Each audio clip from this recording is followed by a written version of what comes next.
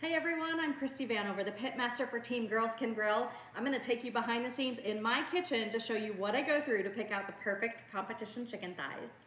All right, this is my process of picking out chicken thighs for barbecue competitions. I am using Sanderson Farms chicken thighs. And I actually weigh each one by ounce. First one's 9.5, that's good. I'm looking for thighs that weigh anywhere 8.5 plus. That one was 8.5. This one's 8.3. When I buy my packs, I look for, this is got a lot of meat that's, well, no, there's some good meat in there. Yeah, that's 10, but a lot of that's gonna get cut off. This guy's the runt. I can already tell. Yeah, he's 7.4. I look for the packs that weigh the most because there's always the same amount of thighs in each package. And the more it weighs, the more meat you're likely gonna get. That one's 7. This one feels pretty good. Yep, close to 10. All right, so these two I don't need. Those are gonna get set aside. I'll bag them up and I'll use them in some other kind of recipe, not related to competition. All right, let's see how this pack goes. It feels heavy. This pack was almost 6 pounds. That feels kind of small. Yep, 7.5, 8. Not great, but yeah, this guy feels light. Oh, he's 8 also. That other pack was definitely bigger. 7.9, 8.1, and I'm organizing them on this tray based on their weight. 7.7, this guy feels heavy. 9, 6.7, a definite runt.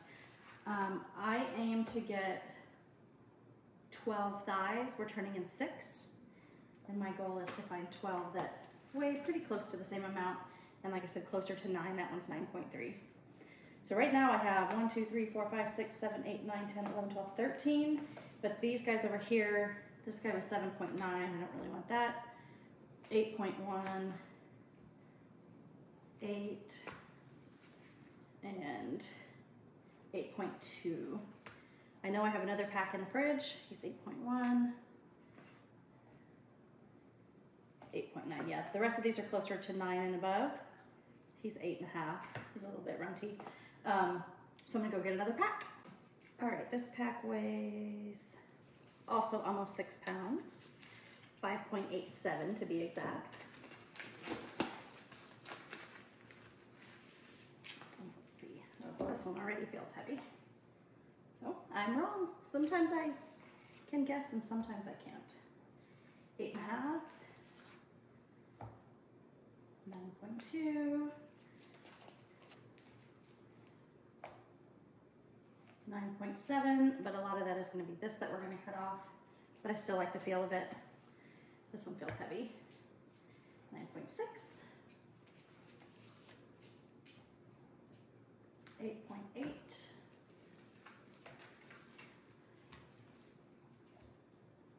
10. You also don't want them to be too big, because if you have one that's overly sized, then you're not going to have uniformity. And 8.5. Okay, I definitely have 12 at least with this whole batch.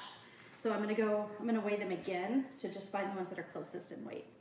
And I'm also going to start by getting rid of some of this excess. So now 9.2. We'll trim them up a lot better later. 8.9.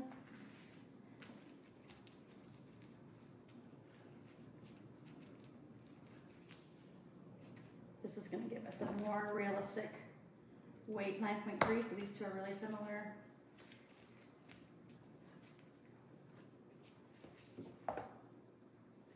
9.1.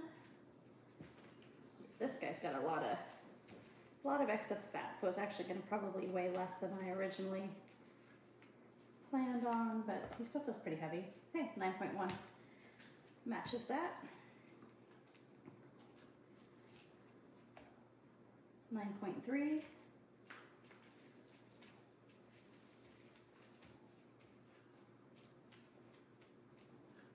And you can save all of this to either make schmaltz, which is delicious. It's rendered chicken fat, 9.0, or put it in stock, in soup stock. I'm gonna use it to make schmaltz because I actually put schmaltz on my chicken thighs when I cook them. That one was less, that was 8.8.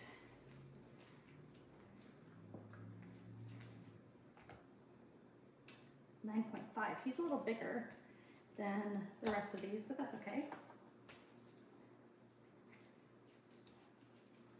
And to make schmaltz, you just simmer this in a pot over low heat, just like you would for beef tallow.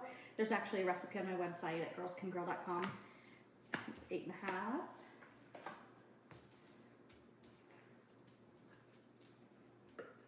I also have a recipe for beef tallow on there for when I trim my brisket. He's too big. He's 10.3, so that's gonna be way too large in comparison to these other guys that are in the 9 range. 8.1. So as you can see, now that I'm trimming, I might actually go to that 4th pack because I don't quite have 12 yet that are in the 9-ounce range.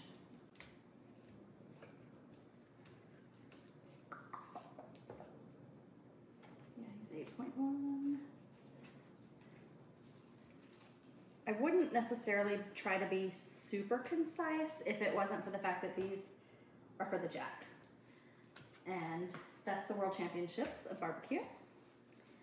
One of them, there's a couple different World Championships, but this is the big one in my opinion. The most prestigious, 8.6. So I've got 1, 2, 3, 4, 5, 6, 7 that are in that 9 to 9.3 ounce range. So the rest of these are in the 8-ounce range, and then I've got my pile that's the 6 to 7 ounce range. I am gonna go get the 4th pack of my chicken thighs to see if I can find 5 more that are in the 9-ounce range. All right, I got pack number 4. This one also weighs right around 6 pounds. So these are about $10 a pack at my grocery store, 8.9. And I'm actually at this point, since I know that my goal weight is 9 ounces, I'm gonna go ahead and start removing this as I weigh these because I'm already looking for that 9-ounce. In my grocery store, they're just under just under $2 a pound. So I know this guy's gonna be too small, but I'm gonna cut this off anyway. Might as well weigh it, 7. And I'll show you guys my scale a little better. 8.5. So $40 for chicken is still pretty cheap in comparison to the rest of the meats that we're cooking, the ribs and the brisket. It's right.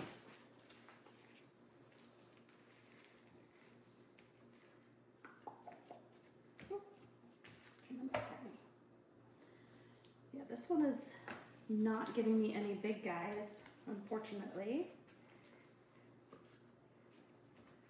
That one seems a little bigger. Oh yeah, he'll work. All right, so far I am at 9.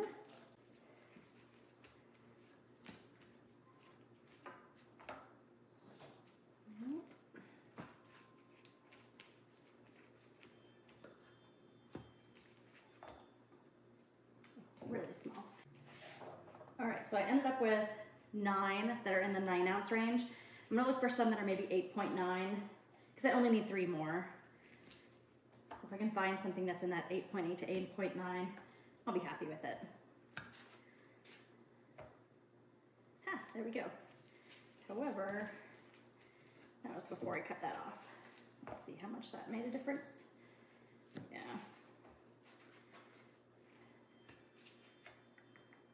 Definitely not. Sometimes some of them feel heavy and you think they're gonna be higher weight and then they're just not. Yeah, 8.1 is definitely too small. 8.4.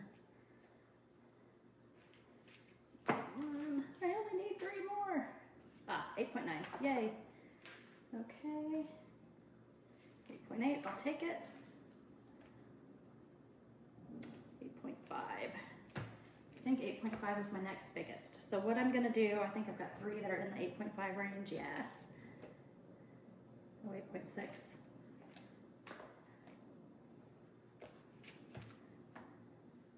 Okay, so I've got 8, 9, 10, 11 that are in the 8.9 to 9.3 range, which I love. These 3 are 8.5. This guy was 8.6, and this was our big Mama Jamma that was like 10 pounds. Or 10 ounces, excuse me. We're not working with pounds here. I'm gonna hold on to this guy too though, because I can work him down to a smaller amount. So I'm gonna go ahead and plan on trimming up 16. And sometimes when you get into them, they might have ugly bones, or they might, you know, have some veins that are just like all jacked up inside. So I've got 16 here. Again, this is for the jack, so I'm going bigger. I'll end up with 12. That'll be my preferred picks. For the rest of these, I have a couple options. You can just grill them, like you can throw them in the freezer and then grill them later. Or you can remove the skin, again, to make schmaltz, and then just kind of trim up some of this other stuff. Take out the bone.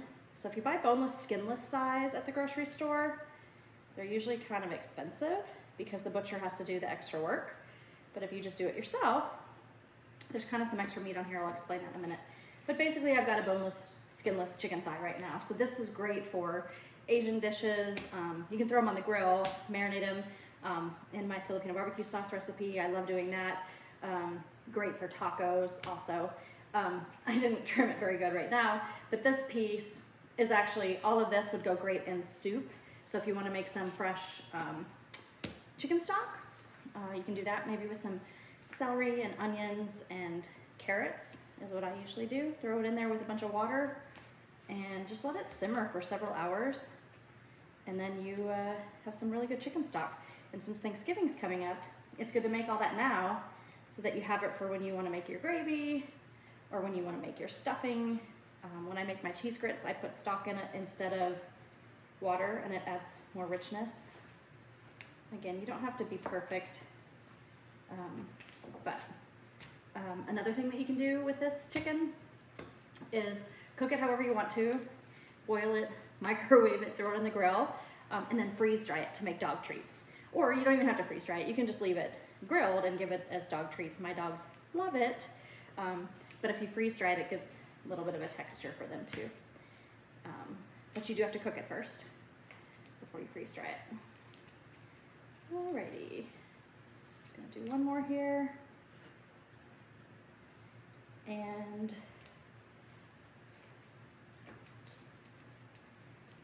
make sure I got all the bones out of that. Yeah. All right, I got 3 skinless thighs here. I'm gonna keep doing a few of those, bag them up, freeze them, you know, vacuum seal them and freeze them, and then they'll be ready for a dinner for another day. Also, when you save these extra skins, just in case when we scrape skins on the competition chicken, when we scrape the skins, sometimes they can break. And so if you save these extra skins, you have one just in case. All right, I've got my boneless, skinless chicken thighs.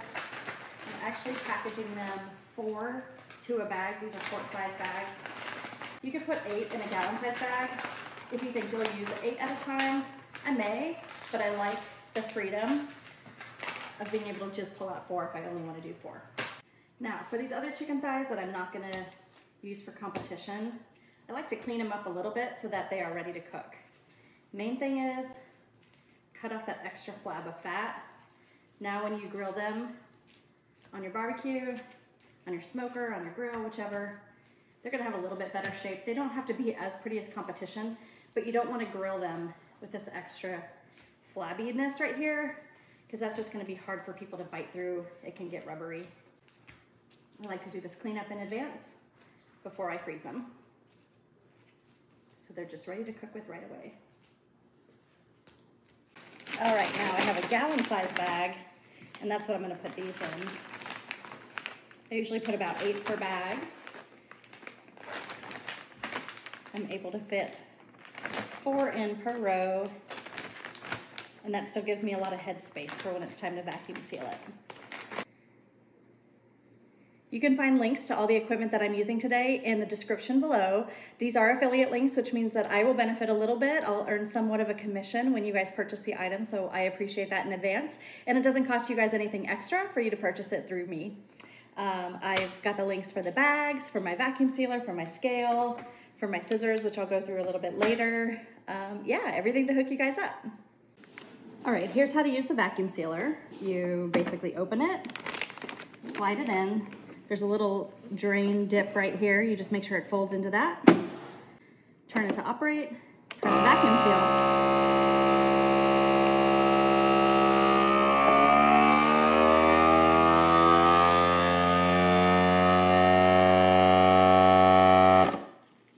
After it vacuums out all of the air, it's gonna seal it for you. Once the light turns off, you can go ahead and open it. And then I always like to check the seal. It looks like a little bit of moisture got out, but it still has a nice seal, but I like to wipe it with a paper towel in there just to avoid cross-contamination. And then I always write what it is, because once it's frozen, sometimes you can't tell. And today's date. And that's ready to go into the freezer. Let's vacuum seal the rest of them.